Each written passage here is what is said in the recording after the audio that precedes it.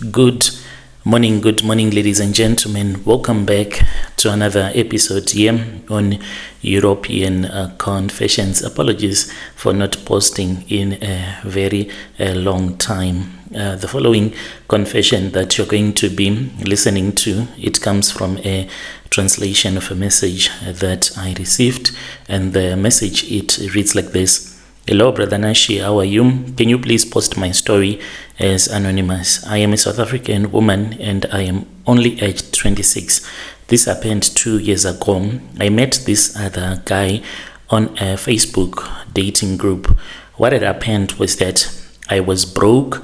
I was owing this other guy money after I had asked him to buy me a phone so that we can start dating.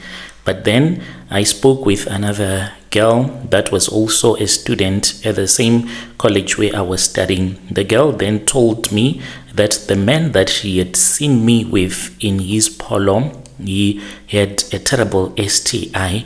And she said to me, if you think I am lying, I'm going to speak with this other girl who stays in Krugersdorp. She is also going to tell you the same story. So I had met this guy. He used to hang around close to the place where I was staying in the student accommodation, so he can pick up girls, and he has like a terrible STI and he does not want to use protection if he sleeps with you. So I thought that maybe she was lying to me.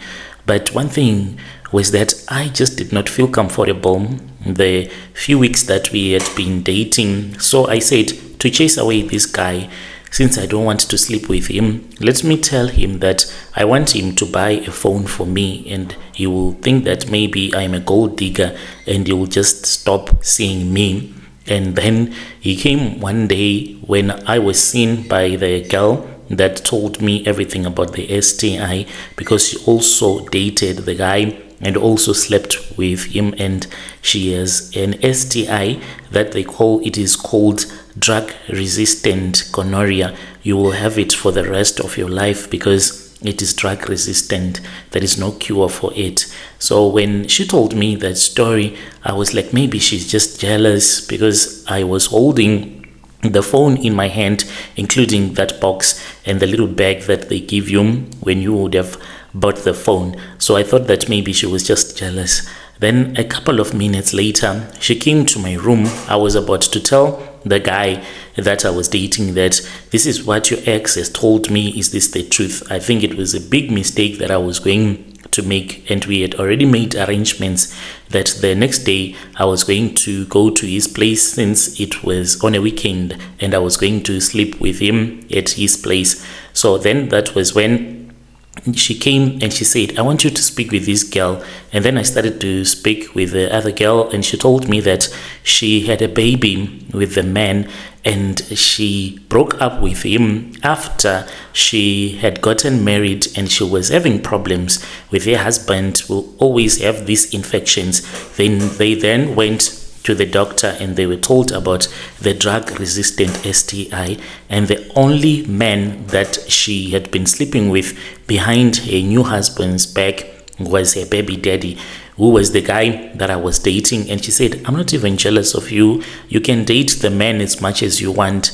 I am married, and thanks God that my husband did not divorce me when he found out about this. He even told me that she had to lie to her husband that it would happen that whenever she would tell her baby daddy that the baby wants something, then the ex will say, you have to sleep with me first before I give you any money. So when she told me, I said, this woman, there is no way that she can lie, because she is already married and she already has a child with the man that she is staying with. Why would she want to lie to me? And why would the other girl who was also a student at the place where I was staying, why would she want to lie to me? I then confronted the guy, and then he told me that yes, it is true, but we can use some protection, or he can buy some antibiotics and he can drink them before he sleeps with me. And the reason as to why he does not like to use protection, it is because he always have a bad skin reaction on his manhood whenever he put them on. That is why he just sleeps with women without using anything. And I was like, dude, you expect me to sell my health to you just like that? No, you can come and you can take your phone. So I then went to town. There was something that I wanted, and I don't know what really happened, because when I looked for my phone, when I wanted to get in touch with the person that my mom had sent into town with the money that she wanted to give to me, I could not find my phone. So I returned back home, and the ex-boyfriend now was like, I want my phone, I want my money, or else we continue dating. And I could not get in bed with a man that now I had heard about his incurable STI. So I had to think fast. I then went online, and then that was when I met this other guy that I started dating. So this man, when I started dating him, I would go to the location where he was staying, because when I made a post on Facebook, I clearly wrote and I said, I'm looking for a guy who is able to take care of me, even if the guy is not even rich. And some of the men, they were saying that you are a prostitute, but there was one guy who was like, inbox me. So I then went and I inboxed the guy, and I started to speak with him. He told me that he was from Zim, and I said, okay, it's fine, as long as you are able to buy this phone. And we started to talk on WhatsApp, and I told him the phone that I wanted, and I said, how about we meet and then you choose the phone that you want. We then met. To my surprise, the mall that he said we were supposed to meet, there was an ice store, and he took me to the ice store. So I thought that he just wanted something, because he told me that he was a music producer. And we went into the ice store. He started looking at the MacBooks, and then he said to me, choose the iPhone that you want. And I was like, really? And they said, yes, choose the iPhone that you want. So from an Android, and then I was now using an iPhone. That guy was calling me, and I said, come and take your crappy phone. He came, he collected his phone, and he went. I continued dating that guy. I would go to his place in the location. He had so much money that he would always keep in this other big suitcase that he always had in his room. And I was like to him, are you not even afraid of the money that you're always keeping, and you are staying in the location? Why don't you stay in the suburbs where it is a little bit safe? He then told me something that was scary, that scares me to this very day. He said to me, no, people will never rob me because I work for Sangomas. So the guy told me that he goes to Mozambique, where he is given some body parts, and he comes and he sells them in South Africa. When he told me this, I just said that maybe he is lying. One day, he then said to me, have you ever seen the heart of a lion? And I was like, no, I have never. And then he said, come to my place. I went to his place. He opened up the fridge, the deep fridge side, and then he took out this other small plastic container. He opened it up, and I saw that there was a heart that was inside. He then told me that this heart, it was supposed to go to Durban. He was waiting for someone to come and pick it up, and I said, who is it for? He then told me that this heart was going to be used in a ritual. Let's say you are a councillor, or you are a politician in general, then you want to become famous, and you want to go to parliament, and you want people to be afraid of you, even if there might be a corruption case. You can use that heart. Even the white people will be afraid of you, just like the way that all animals are afraid of a lion. That is what he told me. And he said that it is also used by those hitmen that are sent to kill people, so that even if you go and you are supposed to kill the person that you would have been told that this is the one that you are supposed to kill, when you find that the person has children in his house, you are not supposed to feel sorry for that person, because you'll be like a predator. You'll just end his life. That is what he told me. Fast forward, he then asked me to accompany him to a graveyard, where he said that he wanted to take something, but since he was not from South Africa, his tribe if he goes to collect soil, then it was not going to work. Therefore, he needs someone that was of South African blood so that he can collect the soil from a grave of a South African that would have died so that he can use it for rituals.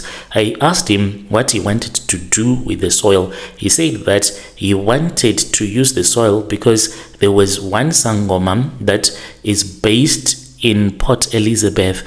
This man was very sick, so in order to revive him, he was supposed to use the private parts like human genitals of a woman that had been cut off from a dead body, and he had traveled from Mozambique. He opened up a container and I vomited instantly because I saw that it had been cut off and it still even had pubic hair that was on it, and I saw that this is not from any other animal but from a human being. So I then went with him to the graveyard. By then, I don't know if I was possessed or what was going on with me, if it was the money or what, because he had even bought a car for me that I later sold off after the guy. I could not find him anymore. I don't know if he is still in South Africa or if he went back to his country. So maybe it was the money, or maybe I was just a possessed woman. Then we went to the grave, and then he said that since you are a Mokoena, we are supposed to look for a person who is also a Mokoena. We searched the entire graveyard until we find one such tombstone that had the remains of a person that I could clearly see that this one also come from my same clan, even though I never knew that person. And then the ritual that he made me to perform, I will never forget. He then taught me that I was supposed to do some incantations of our clan and to speak with the woman that was sleeping in that grave to tell her that it was I, name hidden, to not share my name please or a profile. It was I that had come to her grave, and I was there to ask for her protection because I wanted her to accompany the man that I was with, who was on a journey going to Port Elizabeth, and he had other things that are not allowed. So what we wanted from the woman that was sleeping inside the grave was that she was supposed to wake up. She was supposed to be in front of the car, just like what God did with the children of Israel when they were walking in the desert, a cloud that will be moving ahead of them, protecting them, and her spirit was supposed to be like that, moving in front of the vehicle. And if it happened that you will come across a place where there will be a roadblock, she was supposed to use her powers as a dead person to make him pass without being searched, because there was someone that needed the private parts to arrive in Port Elizabeth so that they can be used for his healing. So I then collected the soil. We left a coin that we left them, but this coin, it was South African old coin, a 5-cent one that we left at the grave. And I said, with this money I have bought you, please go and work.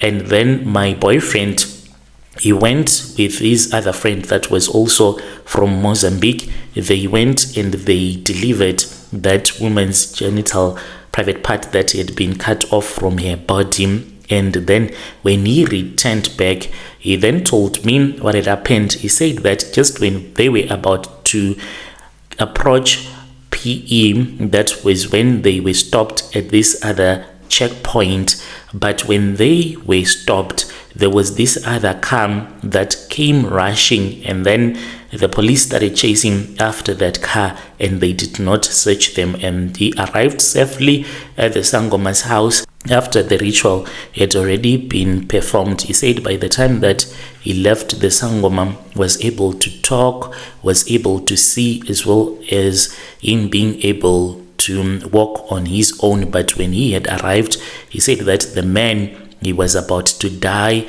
He was even using like a breathing machine. When he returned back, he then said, let us go back to that grave We then went to that same grave where he took that money and he said that he was going with it to Mozambique. Soon after that, I started to have terrible nightmares, and then I broke up with him and he said it's fine. From that day, he never contacted me, and I also did not want to contact him anymore. I deleted him from my Facebook as well as my phone. I did not speak to him anymore because the things that he made me to do, I never even thought that in my entire life I'll ever do such a thing.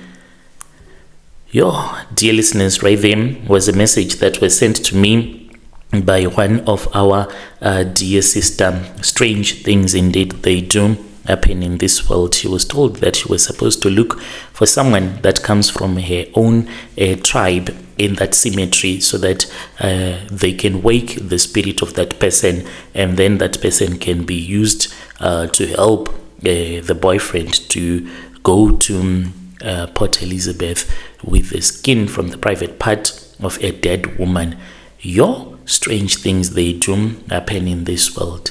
Then there is another message that was sent to me by one of our dear brother. The message, it reads like this: "Hello, Brother Nashi, how are you? Can you please post my story as hidden identity? I have contacted you because I have been thinking, man, there is this other incident that happened when I was still in South Africa, and now I am based here in Canada. So I've been speaking with this other traditional healer. You know him very well. He has his own YouTube channel, even here on YouTube. So this traditional healer, he said that he can assist me, and I am supposed to go to Zim this coming December. I once dated a South African woman, and this woman, she robbed me. I did not have a work permit when I was working in South Africa. So this woman, we were using her account. It was a Nedbank account that I went with him to Nedbank, and then what she did was that she opened up an account for me, and I was receiving my salary because my boss was like, I don't want to give you money in the envelope like what he had been doing for all the years that I had worked for him. My wife as well, at her workplace, she then started to face the same challenges. So then we started using the same account. So there was this other year when we saved a lot of money. We wanted to go home in November, spend the entire November home. Then we returned back to South Africa before the border will become too busy just after Christmas. That was our plan. The money that we had raised throughout the month, it was around 75k that we had in the account. I then made a mistake, and I told my girlfriend one day when we were sleeping, and I said, babe, when I come back, I want to work just like the way that I have worked this year, and I want to save money for you so that you can buy something nice for yourself. And she asked me how much there was in the account, and I told her that it was 75 point something that was in the account, and she said, wow, you guys, you know how to save. Fast forward, when we had already prepared to go home, I then went into town to start withdrawing the money. Since I could not get it all at once, I could only withdraw 10k each and every day. So we're going to spend the entire week withdrawing the money. Then when I was in town, the first withdrawal, the money came out, and then I did another withdrawal. When I tried again, then it was just refusing. So I thought that maybe it was because of the daily limit. I then returned back home with the money, and I gave it to my wife. And then I waited for the next day because even the app, it was not working. So I said maybe because I have done a withdrawal, that is why it is refusing. And I wanted to go and speak with my girlfriend the next day, but I could not get hold of him throughout the day. And it was so surprising to me because even when I tried to request, because she had used my phone number to open that bank account, so it was not working. So I did not understand what was happening, and I did not even suspect that she had already gone to the bank. Since she was the owner of the bank, she changed from the phone numbers. She now had the banking application in her phone. So the next day, I woke up early in the morning. Then I went to town with my wife. We tried to withdraw the card was declining. We tried to buy something, the card was also declining, and we tried to open the app. It was not working at all. I don't know what happened. There was a time when I just put the password that I knew on the banking app, and then it opened. My brother, what I saw, it made me to have high blood pressure at the same time. There was negative. The whole amount, 60 something thousand, it was gone. I looked at the history and I saw that she had transferred the money from the net bank into her other account. And then that was when I tried again until it blocked me. I could not get into the app again. I tried, my girlfriend tried reaching out to her brother. He just said, let me speak with her. And then after that, his phone was also going to voicemail. So we then used the amount that we had, and I also asked my boss to give me some. Then we went home with just nothing.